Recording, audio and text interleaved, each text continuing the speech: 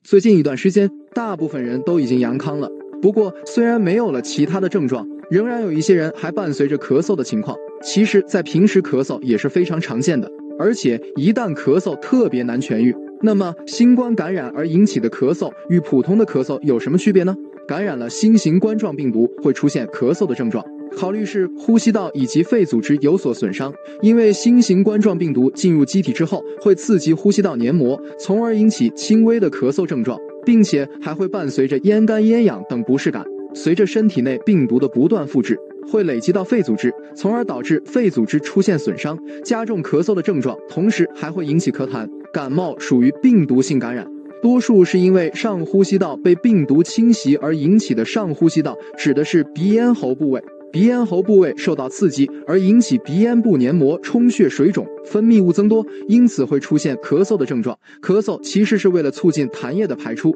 如果患者本身有过敏性鼻炎，也容易引起过敏性咽喉炎，导致咳嗽。如果鼻腔内分泌物很多，倒流进咽喉部也会刺激咽喉部位，引起咳嗽。致病原因，普通咳嗽的原因比较多，比如感冒、鼻炎、过敏等等。但是感染新型冠状病毒，主要是因为冠状病毒感染而引起的咳嗽。典型特征，新型冠状病毒肺炎患者初期咳嗽主要以干咳为主，随着病情的发展，痰液量会逐渐增多，常常会引起咳痰的情况。而对于普通的咳嗽，刚一开始痰量就比较多，通常比新型冠状病毒肺炎更加严重。伴随症状，感染了新冠病毒，在咳嗽的同时还会伴随着发热、头晕、头痛、咽喉不适、浑身乏力、呼吸困难等症状。普通的咳嗽也可能会出现以上的症状，但是鼻塞、流鼻涕等情况更为常见，鼻涕会由清鼻涕变成浓鼻涕，但是全身的症状相对较轻。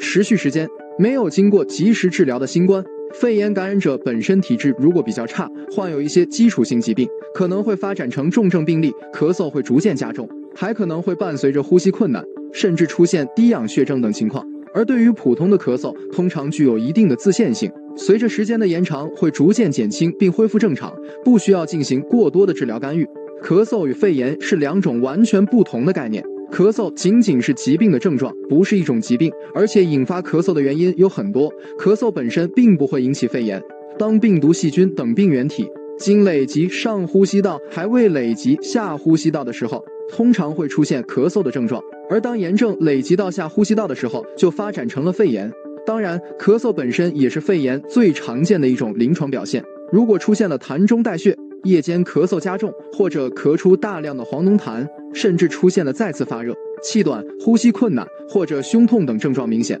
咳嗽超过2周，要及早去医院就诊。感染了新型冠状肺炎，出现了咳嗽的症状，要根据个人的体质来判断痊愈的时间，可能会持续1周，也可能会持续2个月左右。有的患者症状比较轻，而且经过了积极的治疗，1周左右就不咳嗽了。而有的患者由于感染了新型冠状病毒，咳嗽一直持续，直到2个月之后才能够有所减轻。新冠病毒主要从呼吸道传播受损，最严重的也是呼吸系统，有一些人还会伴随着消化系统的症状，大家要根据自己的情况对症处理，可以服用一些止咳的药物，注意调整自己的饮食，避免吃一些辛辣刺激、油腻生冷的食物，在平时多喝水，多吃雪梨、柚子等含水量比较高的水果。即便是感染了新冠病毒，大家也不必太紧张，按照国务院联防联控机制发布新型冠状病毒感染者居家治疗指南，积极治疗。对于没有慢性疾病的症状炎而言，5至7天就可以痊愈。如果出现了呼吸困难，或者服用药物之后体温仍持续高于38.5摄氏度超过3天，